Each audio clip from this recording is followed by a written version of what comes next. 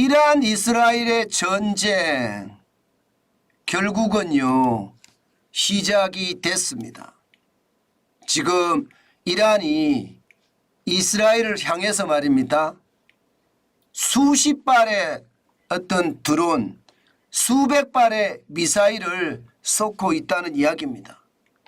지금 미사일이라는 게 여러분도 알다시피 이란의 미사일은 정교합니다. 이게 북한 미사일 그대로 본뜬 거거든요. 이게 지난 2023년 5월 25일 날 공개한 코람샤르 4라는 미사일이에요. 이런 미사일을 지금 이스라엘 쪽으로 엄청나게 공격을 하고 있다는 뜻입니다. 어디 그뿐입니까? 그것뿐만 아니라 드론도 지금 수십 발을 지금 쏘고 있다고 합니다. 야, 이거 예상했던 것보다 심각하죠. 예, 완전히 공격이 굉장히 심하게 됐다는 뜻이에요. 아마도 말입니다.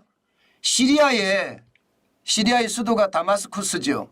다마스쿠스의 이란 영사관을 이스라엘이 포격한 데 대한 보복 공격을 지금 감행하는 겁니다. 12일 만이죠. 12일 만에 지금 무력 대응을 지금 하고 있다. 이렇게 이야기할 수 있습니다. 적어도 말입니다. 드론 무인기 수십 대가 이란에서 이스라엘 방향으로 지금 날아가고 있고요. 여기에 따라서 지금 미사일도 이란에서 이스라엘로 수십 기가 발사가 됐다. 이렇게 지금 이스라엘 채널에서도 그렇게 이야기하고요. 이란 국영 프레스 TV에서도 지금 그렇게 이야기하고 있습니다. 야, 이렇게 많이 발사를 하면 과연 이게 이렇게 방어하는 데서만 끝날 것인가? 그렇지 않을 겁니다. 분명히 말입니다. 이스라엘 국방장관도 이란이 공격을 하면 즉시 보복 공격을 감행하겠다고 했습니다. 그러면 아마도 보복 공격이 일어날 가능성 굉장히 높아졌다는 뜻입니다. 야, 여러분 예상했던 것보다 충격적이죠.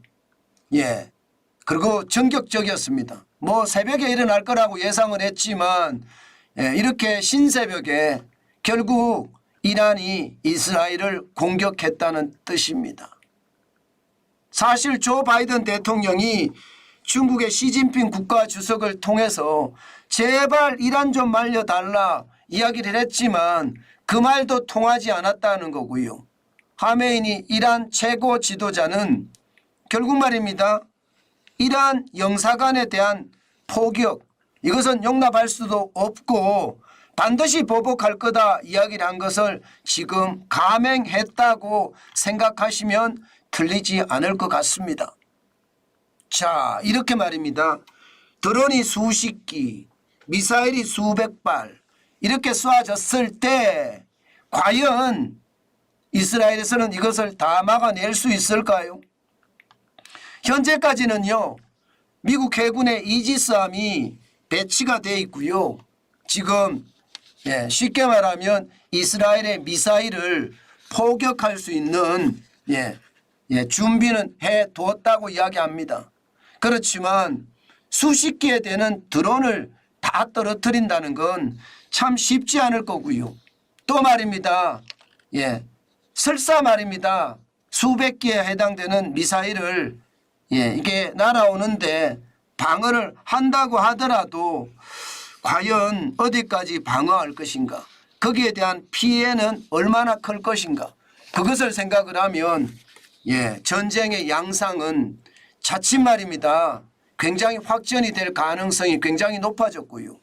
문제는 자, 이렇게 되면 이스라엘이 가만히 있겠습니까? 이스라엘이 가만히 안 있을 겁니다. 이스라엘도 똑같이 포격을 할 수밖에 없어요. 이란이 미사일을 이렇게 발사를 해대면 이스라엘도 똑같이 미사일을 발사해서 말입니다. 이란의 영토에 미사일을 퍼부을 가능성 굉장히 높아졌거든요. 아마 이미 같이 퍼부었는지도 모릅니다. 이란의 진실의 약속 작전이라는 이 약속 작전에 대응해서 말입니다. 이스라엘의 보복 공격, 만약에 그게 시작이 된다면 지금 이란 이스라엘 전쟁, 이스라엘 이란 전쟁은요, 이거 자칫 잘못하면 5차 중동 전쟁으로 이어질 가능성 굉장히 높다고 저는 봅니다. 5차 중동 전쟁이 터졌다. 이것은 여러분, 지역의 어떤 위기가 세계적인 위기로 지금 발전될 수 있는 그런 상황이 됐다는 뜻입니다. 야, 이게 여기서 1차에서 머물면 다행이지만 2차에 또 미사일 공격을 하고 또 3차에 무사일 공격을 하면서 전면전 양산으로 가잖아요. 야, 그렇게 되면 여러분 세계 경제는 진짜 어마무시하게 될 겁니다. 여러분 여기에 대한 대비책 늘 제가 말씀을 드리지만 항상 대비책은 가지고 있어야 됩니다. 당장 이렇게 되면 말입니다. 국제유가 폭등할 겁니다. 지금도 말입니다. 1월 대비해서 국제유가가 미국의 서부 텍사스한 중진유는 18.7%가 올라갔거든요. 두바이유는 18.8%가 올라갔고요. 마찬가지로 북해산 브렌트유도 18.5%가 올라갔습니다. 문제는요. 지금 어느 나라 할 것 없이 미국도 마찬가지 우리나라도 마찬가지 소비자 물가가 올라가는 추세에 있다는 사실입니다. 다시 말해서 인플레이션이 재등장했다 이런 얘기가 나온 상태입니다. 이런 상태에서 이스라엘과 이란의 전쟁은요 아마 기름을 부을 것 같습니다. 소비자 물가가 더 크게 올라갈 가능성 굉장히 높아지는 겁니다. 유가가 말입니다. 지금은 90달러지만 뭐 전쟁이 1차 미사일 공격에서 그치지 않고 2차, 3차 그러면서 이란과 이스라엘의 전면전으로 계속 발전이 된다면요. 결국은 말입니다. 저는 최악의 시나리오 써진다고 생각합니다. 100달러가 아니라 120달러, 130달러도 올라갈 수 있다는 뜻이에요. 그만큼 말입니다.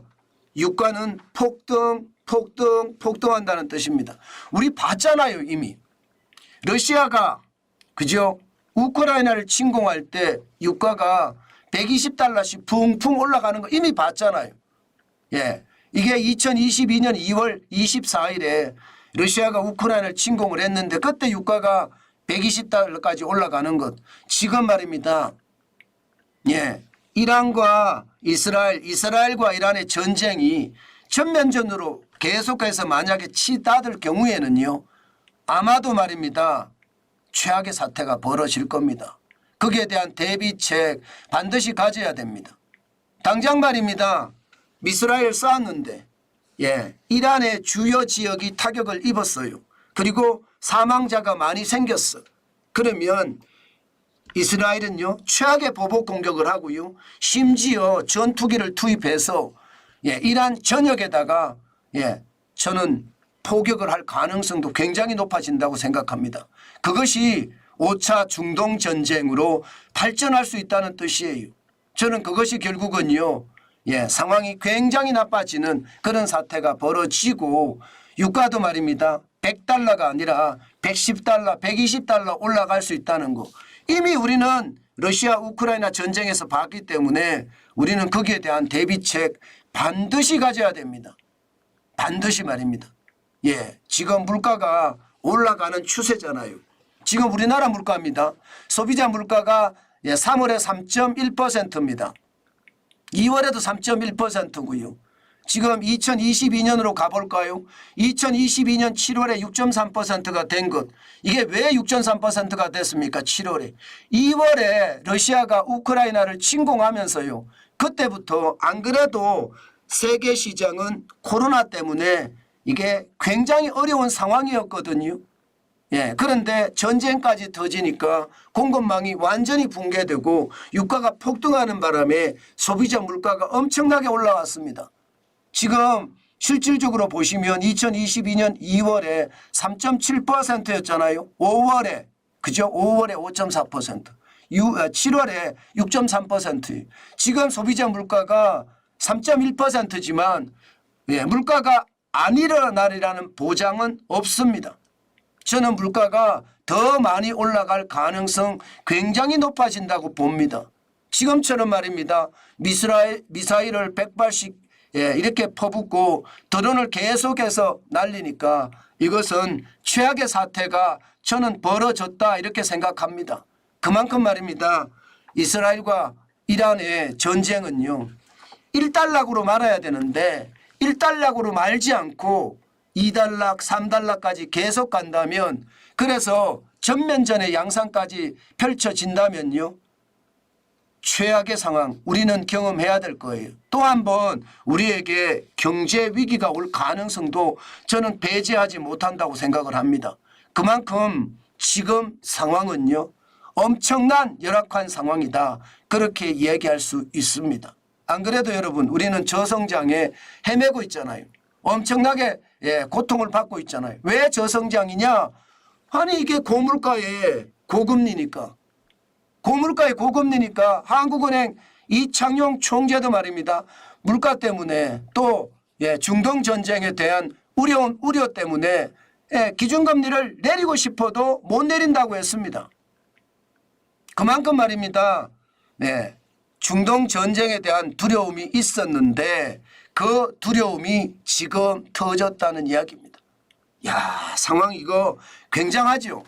우리가 예상하지 못한 상황은 아니었지만 어떤 식이든 공격은 한다고 했는데 이게 1차 보복 공격으로 끝나야지 이게 반대로 말입니다. 이스라엘이 또 보복 공격을 하고 이란이 또 보복 공격을 하고 그래서 전면전이 되면 이제는요 진짜 최악이라는 그런 상황을 맞을 수도 있다는 것 우리는 알고 대비해야 합니다.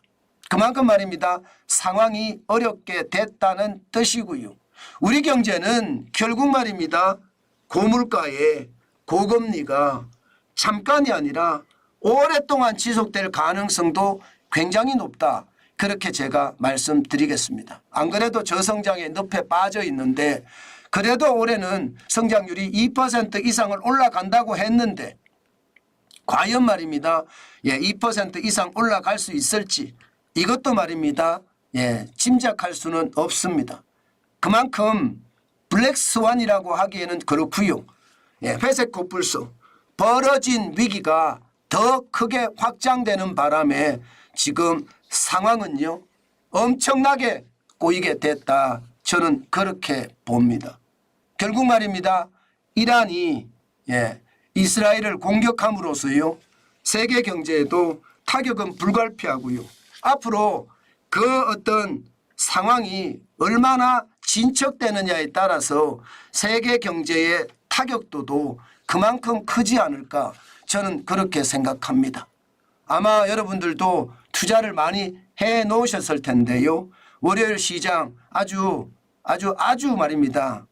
경계감을 가지고 시장을 봐야 되고요. 이게 전쟁 자체가 단순하게 보복 공격으로 끝난다면 다행이지만 그렇지 않다면 그에 대한 충격파는 어마어마해질 거다. 저는 그렇게 지금 생각하고 있습니다. 그만큼 말입니다. 와우 무섭다. 그 말씀을 드리고 싶습니다.